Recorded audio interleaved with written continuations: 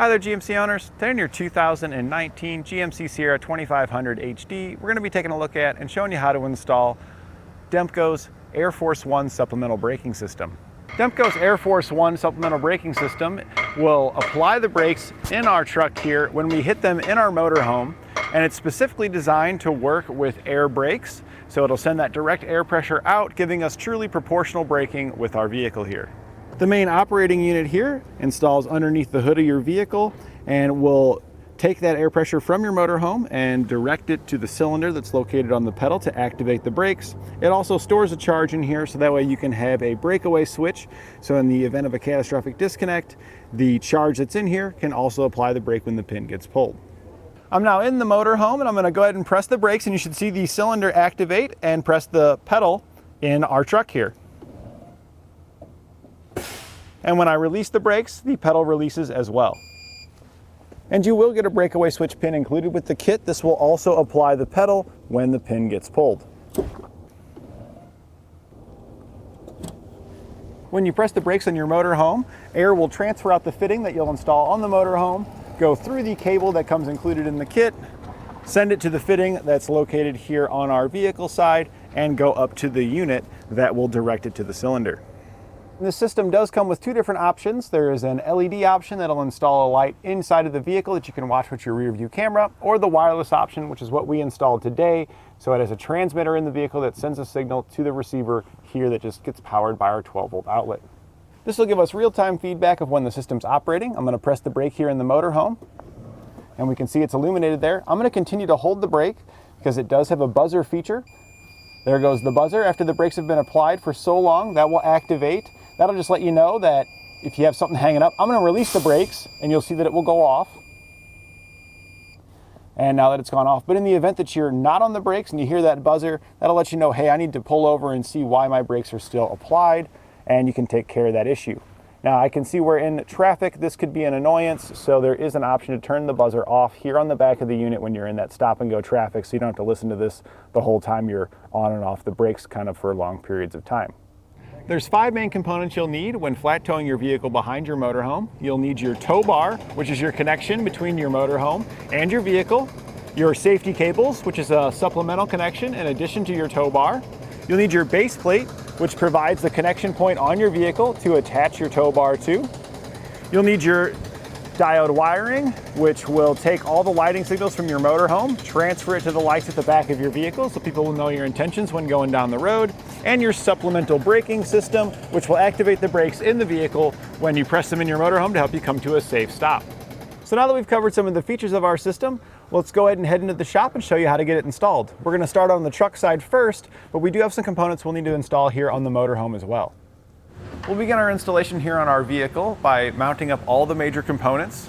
So the first one is the operating unit, which we mount right here on top of our fuse box. So this is over on the driver's side.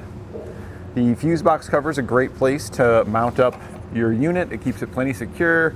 It's kind of fits right on top of the cover there. You can still remove the fuse box.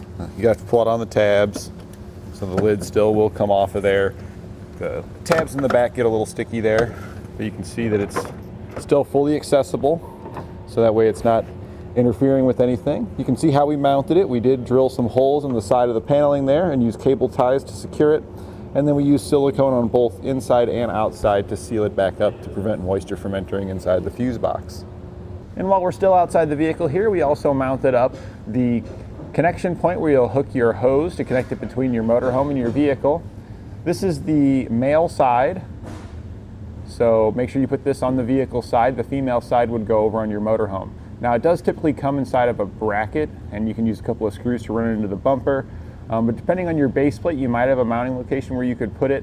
This particular bracket here comes with the Demco base plates, and it has a hole right there that you can just unscrew the fitting from the bracket that it comes in and then just reattach it back together onto this bracket.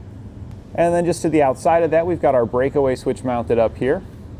This also comes included with your kit. We'll simply attach this using a bolt with a washer on it through our bracket and then an nylon locking nut. All the hardware does come with the kit. And we kind of chose this position because you can kind of give it a twist to push it off to the side to minimize how far it sticks out when you're not flat towing. The next component we're going to mount on the brake pedal on the driver's side down here. You have your operating cylinder, which will clamp onto your pedal. And this is the actual cylinder that'll activate, that'll draw the pedal towards the firewall and activate it. On the pedal, there's 4 bolts that come pre-attached. You'll simply take off the nuts, take off one of the beams that you see here, slide your cylinder on one side, put the beam back on the other side, and then use the 4 nuts to reattach it. Now when you tighten these down, you use a 3/8 socket, and I don't use any ratchet or anything, I just use the socket in my hand, because you'll get plenty of clamping force to where it's not going to move, but you don't want to over tighten this. If you over tighten it to a point where it bends, it's not going to clamp properly anymore, and it will be damaged at that point. Out of the back of the cylinder, there is a cable that comes out the back. And that cable needs to be in roughly a straight line from the cylinder to the firewall, so that way when it pulls the pedal, it can pull it in a straight path. And you'll mount your anchor for the cable using the included self-tapping screws. Now you get another plate there that's an optional plate. We did choose to use it on this vehicle because the firewall was kind of thin and we didn't want the screw to just rip out the firewall. So the silver plate that's behind the anchor there, you'll simply screw that down first with a screw on each side, and then the middle hole is where you would put your anchor in to give it some extra meat to bite. You'll just have a box that you'll want to mount on the inside, and you can hide this underneath the dash, and it'll send a signal to a receiver that you can place in your motorhome to be able to see it more easily than the LED on the back of a mirror. So it has just some hook and loop fasteners that it uses to secure it, so we put it right here on top of the floor air duct that would shoot down on your feet. Shoots out pretty much right there above the brake pedal, and we just set it on top and secure it in place with the double-sided adhesive that's on the hook and loop fasteners. So now that we've got everything kind of mounted up, we know where we need to start routing all of our wire and hoses to. So we can start hooking up here on the cylinder. You can see we've got an airline hose that's poked here into this fitting. It's simply a quick connect fitting, so your airline that comes in your kit will just poke in here. This does need to get passed out through a grommet outside to hook up to the box that we mounted on top of the fuse box. The grommet that I chose is located above the fuse box here on the inside of the vehicle. It's pretty difficult to see, but if you go straight up above this fuse box, that's where you'll find the grommet. When we get back outside, we'll show you the other side of that grommet where the airline's going to come out. To get some of the wiring that we need here hooked up, we use this airline. You can, once you pass it through that grommet, you can tape wires to it, and we did choose to tape 2 wires to it. The brown wire that comes in our kit, you get some excess brown wire. We're going to use that as a power circuit to power up our switch here. And then we also passed a ground wire in, depending on how you disconnect your battery on this vehicle, because it needs to be disconnected for flat tow, you may need to run an independent ground wire if you're going to be disconnecting the negative side of the battery. So our stoplight switch is right here on the pedal. This is actually called the reed switch, but it activates like a stoplight switch. It only has 2 wires that comes out of it, and that's this black harness here. It goes over here, it's kind of all bundled up here, and you can see that there's 2 wires coming out of this black harness. There's a blue and there is a, they say it's violet in the instructions, but it looks like brown, but it's the not blue wire. The brown or purple wire there needs to hook to power, so the excess brown wire that we had fed through just connects to there, and you can kind of, let me see if I can pull that down some more. You can see we've got that hooked to the brown wire right there. And then the blue wire will hook to the positive side of your either LED, or in our case it's the wireless transceiver, which is going to be transmitter, which is going to be the red wire off of the transmitter box. So you've got it hooked into there. Now that's all there is for the reed switch. It's just 2 wires, just kind of power that goes in. When the switch activates, it sends power out. If we kind of pull the switch, you can see the red light coming on there showing that it's sending out a signal. So every time it activates, it'll send that signal out. The wireless transmitter also has a white wire that just needs to hook to ground. So we had run some excess white wire through the firewall as well and hooked it to there, because we're going to be hooking that ground up on the outside. So we can go ahead and head to the outside now, and we'll show you where everything passed through that grommet. Our grommet's going to be located right here. You're going to have a computer module that's mounted on the driver's side in the top corner here, just on the outside. Not the small grommet there, but there's a larger grommet that's located right down here. I'm kind of pushing on the grommet right there. That's where we poke our airline tube through, and here you can see the brown and the white wire coming out with it. The airline is going to connect to the air out on your box, so make sure you just cut the end of it there and then just push it into the quick connect fitting here on the air out box. Now our brown and our white wire, those both just run down the side here. There's factory clips that are already there, so we can run that up to get to our battery here. We do have a negative side disconnect switch here, and you can get these at your local automotive store. And if you unscrew this, that'll disconnect the battery. So this is the factory negative cable that we took off the battery. It slides onto the post there, and then we screwed it down onto there, and then this one will attach here. That keeps these two pieces separate when it's unscrewed, and when you screw this down, it connects the two pieces together. So that way, anything that we're going to be running for our braking system, we're going to hook to this side, so that way when the battery gets disconnected from the vehicle, everything on this side will still be grounded, which is just going to be for our braking system components. So the white wire from inside for that transmitter, it just comes down here to the ring terminal and attaches to the switch there. The brown wire does kind of just continue on over to the positive side here. Before we hook it to the battery, we want to put our fuse in line. You'll get one of these in the kit. It comes looped, so just give it a cut, strip back both ends. One end, you'll hook to your battery positive here. And this just pulls off of here.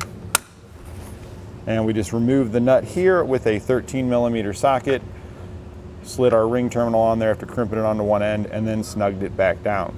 Now I do recommend that you do not install the fuse to the harness until you're all the way done. That way you're not working with any live wires.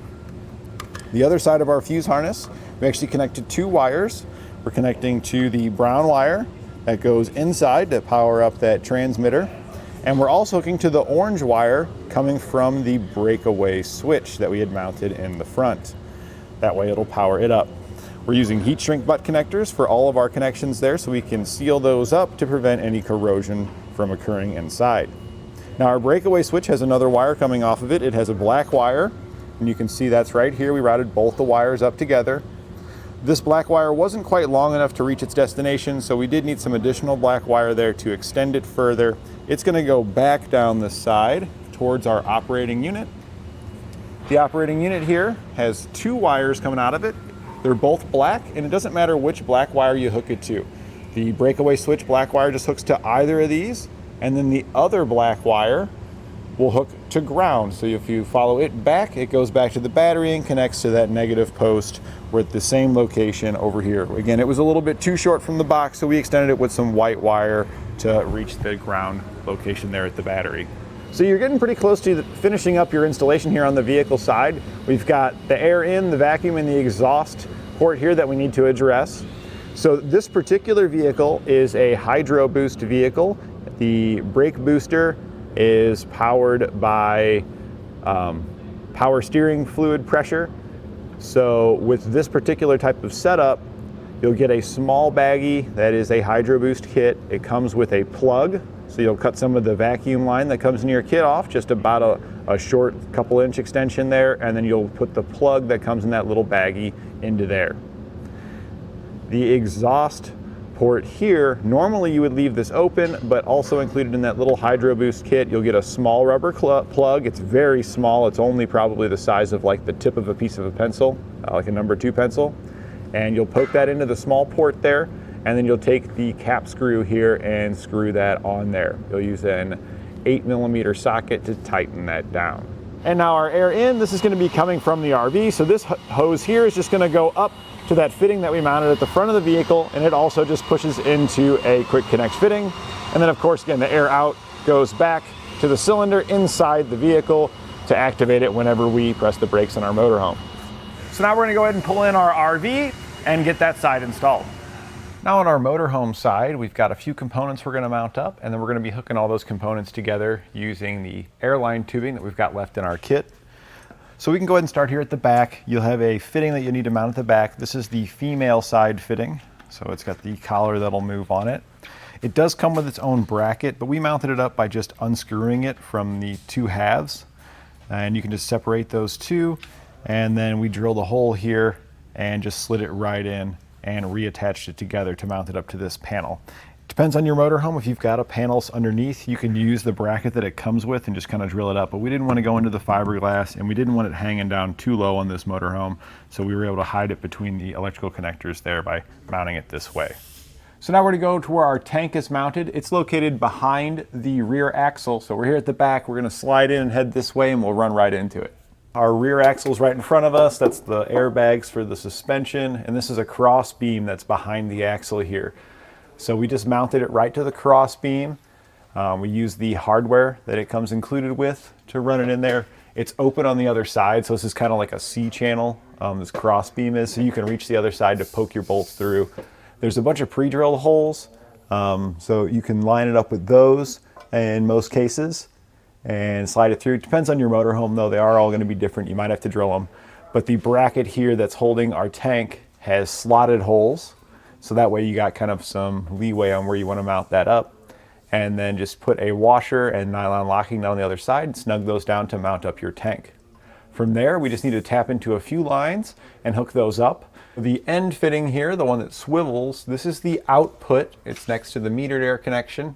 This line here just comes out and it goes following factory hoses all the way back towards that fitting that we mounted up at the back of the motorhome. Our metered connection, which is the one located next to that output that's going towards the back, and then our supply. That's the opposite side of our tank over here. There's only one fitting on this side. So supply has a single fitting on one side and then metered and the output on the other side.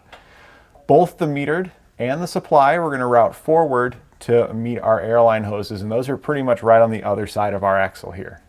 So what we're looking at is the relay block here. You'll find this on all your air brake motorhomes. You're going to have a relay block. This is what's used to direct the air appropriately to activate the brakes and release the brakes. So we want to find that, and then you'll want to test it to figure out which line is which. Now, most often, the larger line is going to be the supply line. You could test that by first draining the air from your system, and you can do that by just repeatedly pressing the brakes on your vehicle while it's off, and that'll deplete all the air out of it. You can then come back and disconnect that large line and have an assistant start the motorhome, and air should start coming out of that line because it's trying to refill the supply. So that's how you can identify the supply line. You'll then want to repeat that procedure of draining the air from your vehicle by pressing the brakes, and then we want to find our metered connection. This is usually the kind of smaller, it's kind of a medium-sized line that comes out of your relay block. It should be smaller than your supply line. Once you've got that disconnected, you'll want your assistant again to start the motorhome. There should be no air coming out of this line while the motorhome is running. You'll want the assistant to just let a little bit of air pressure build up, maybe to 60, 70, 80 pounds, something like that, and then have them just lightly press on the brake pedal, and then air should come out of the metered line. It may come out of the block side or the line side, but it's only going to happen when your assistant is pressing the brakes. When they let off the brakes, it should stop letting out air. That'll let you know that you've got your metered air connection. Once you've identified both those lines, we're going to cut both of those lines, and we're going to place adapters in line that allows us to hook up to our 1/4-inch air line that goes back to our tank. Now the metered air here, we were able to use the fitting that comes with our kit, the 3/8 fitting. It fit right in there, and we were able to just slide our hoses in there because it's all quick connect fittings there. Now the supply line on this particular motorhome was a smaller diameter line than what you'll typically get, so the one in our kit was not able to be used. So we did have to kind of come up with our own solution here, but for most of your motorhomes out there, especially the ones with the F53 chassis, the one that comes in your kit will work. And you would hook it up the same way. You would simply slide it in line between your supply connection, and then you'd have your output that goes back to that supply connection on the tank. The one that comes in your kit is going to look just like the metered one. It's just going to be larger to accommodate the more common larger size. Once you've got all of your airline connections made here on the motorhome, we're done here on the motorhome side, so we can pull this out. After you've got everything installed on your vehicle, if you got the coach link option, we'll take the receiver here now inside of our motorhome. It'll set up on top of your dash and plug into your auxiliary outlet to power it up. And you'll see here that when I press the brakes, since we're hooked up, it should activate, letting us know that our system's working properly. That completes our installation of Demco's Air Force One supplemental braking system on our 2019 GMC Sierra 2500 HD.